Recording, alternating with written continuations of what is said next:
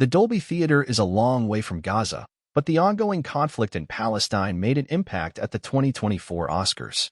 Protesters advocating for a lasting ceasefire in the region and a free Palestine gathered in a crowd of hundreds in Hollywood on Sunday.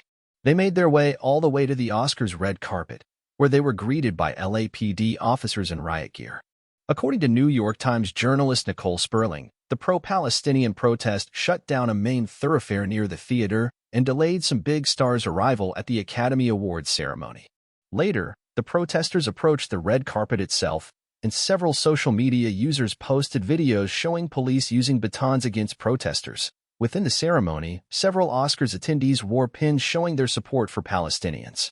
Anatomy of a Fall cast members Swan Arloud, the defense lawyer, and Milo Machado Graner, the son of Sandra Huller's character, wore pins displaying the Palestinian flag.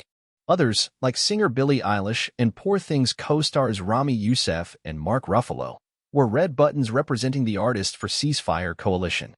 "We're calling for an immediate, permanent ceasefire in Gaza," Youssef told Variety on the red carpet.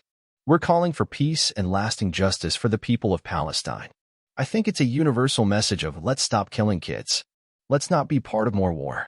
The only Oscars winner to directly address the conflict in Gaza was the Zone of Interest director Jonathan Glazer.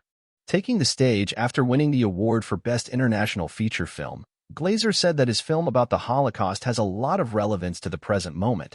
"All our choices were made to reflect and confront us in the present, not to say what they did then, but to look at what we do now," he said.